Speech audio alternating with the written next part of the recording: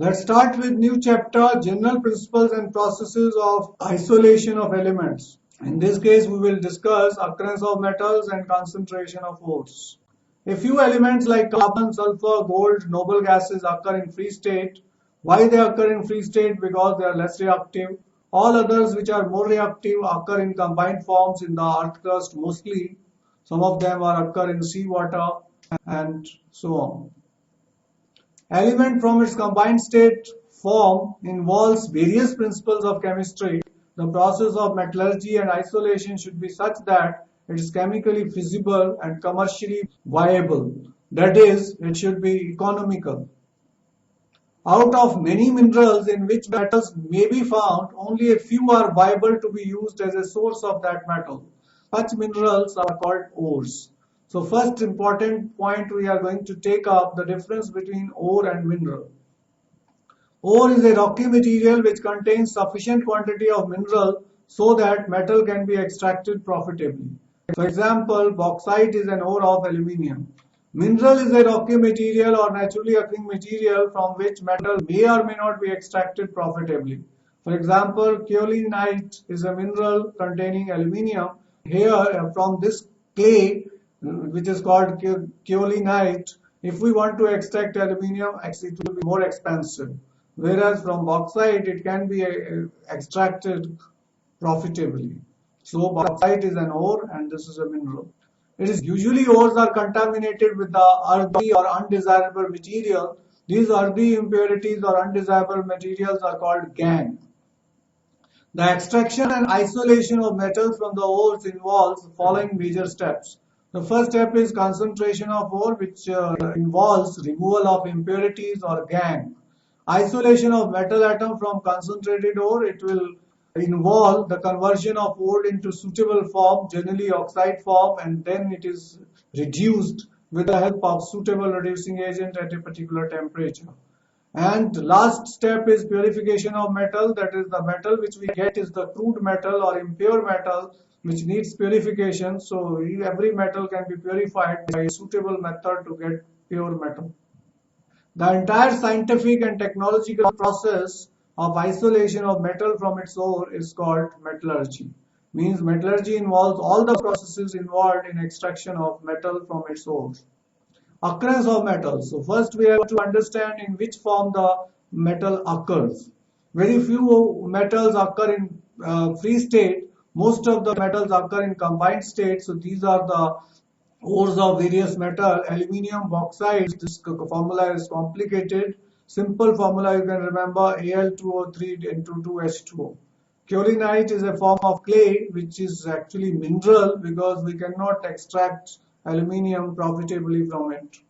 Iron has got hematite, most popular, Fe2O3, magnetite, Fe3O4, can also be used, siderite, FeCO3, and iron pyrite, FeS2. These are four ores of iron. Copper pyrite, CuFeS2, malachite, CuCO3, CuOS twice, cuprite, Cu2O, copper glans or chalcopyrite, Cu2S, azurite, 2CuCO3 into CuOS twice. Zinc has got three ores, zinc blendy or sphalerite, calamine, zinc carbonate, zinc blendy is ZnS, calamine is ZnCO3, zincite, zinc oxide. For the purpose of extraction, bauxite is chosen for aluminium. For iron, usually the oxide ores which are most abundant are used. We don't use sulfide ores because it will produce polluting gases like sulfur dioxide. For copper and zinc, any of the listed ore may be used depending upon the availability and other relevant factors. Before proceeding for concentration, ores are graded and crushed to the reasonable size so that extraction can be done easily. This crushing the ores is also called sintering. Concentration of ores. First, what is the meant by concentration of ore? It is the removal of unwanted impurities from the ore is called concentration. It is also called ore dressing or panification. It involves several steps and selection of these steps depend upon the difference in physical properties of the compound of the metal present and that of gangue. First, we are taking hydraulic washing. It is most commonly used. This is based in difference in gravities of the ore and gangue particle. It is therefore also called gravity separation or levitation. In one such process, an upward stream of running water is used to wash the powdered ore. The lighter gangue particles are washed away, whereas heavy ores are left behind. Next is magnetic separation. This is based on the difference in magnetic properties of the ore and the component. It is applicable if either ore or gangue are attracted towards magnet, and if one of them attracted towards magnet and other does not, so this method can be used. If either ore or the gangue is capable of being attracted by magnetic field, then such separations are carried out. For example, in case of iron ores, the ground ore is carried on the conveyor belt which passes over a magnetic roller as shown in diagram. This is the magnetic roller in which we are finely grounded ore. We are passing over it. So there are two heaps which are forming. Non-magnetic particles fall here, whereas magnetic particles which are attracted towards magnetic ore or magnetic roller, they fall here. So magnetic properties, that is, if ore is magnetic in nature, that gets separated from the non-magnetic gangue particles. So this diagram represents magnetic separation. Next we have froth flotation process. Froth flotation process is mostly used for concentration of sulfide ores.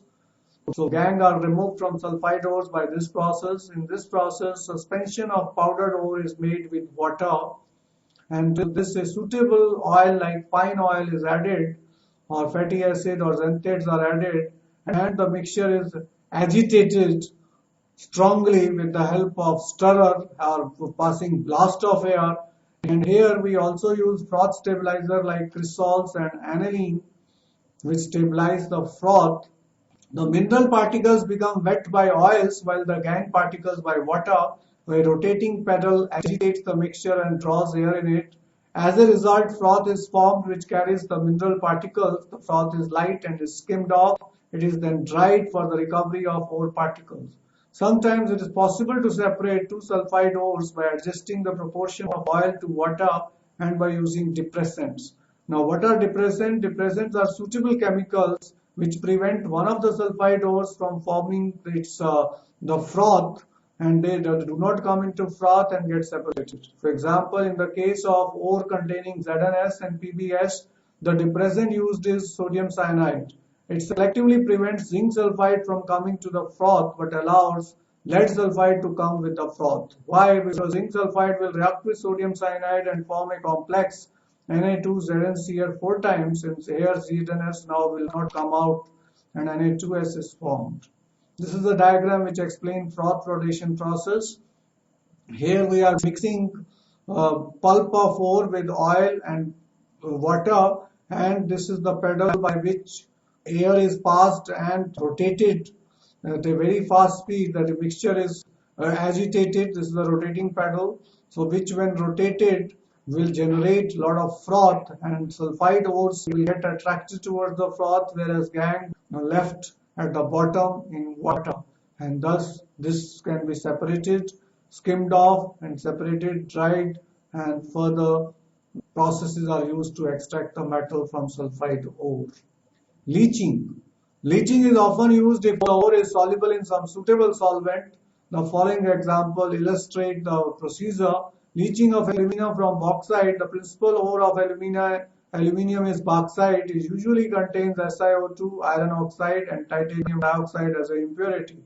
So here concentration is carried out by digesting the powdered ore with a concentrated solution of NaOH, that is sodium hydroxide, at 473 to 523 Kelvin at 35 to 36 bar pressure.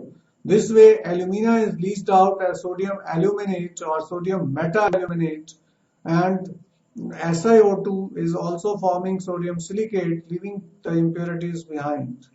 This is Al2O3 which reacts with 2 NaOH plus 3 water, and we get sodium meta-aluminate which is hydrated. Meta-aluminate in the solution is neutralized by passing CO2 gas, so that hydrated Al2O3 get precipitated. This is sodium meta-aluminate. When CO2 gas is formed, we get hydrated aluminium oxide plus 2 sodium bicarbonate is formed. This precipitation can be enhanced or accelerated by seeding it with freshly prepared sample of hydrated Al2O3. It induces precipitation. The sodium silicate remains in the solution and hydrated alumina is filtered, dried and heated to get pure alumina back. This is the reaction. Al2O3 into XH2O on heating at 1470 Kelvin gives Al2O3 plus X water gets separated.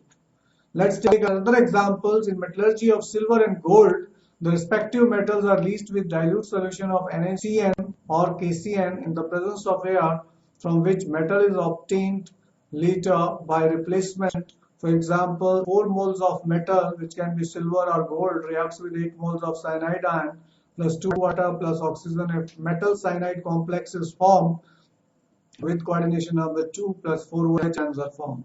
Silver also exists as Ag2S, so Ag2S can also be leached in the same manner to get the same complex.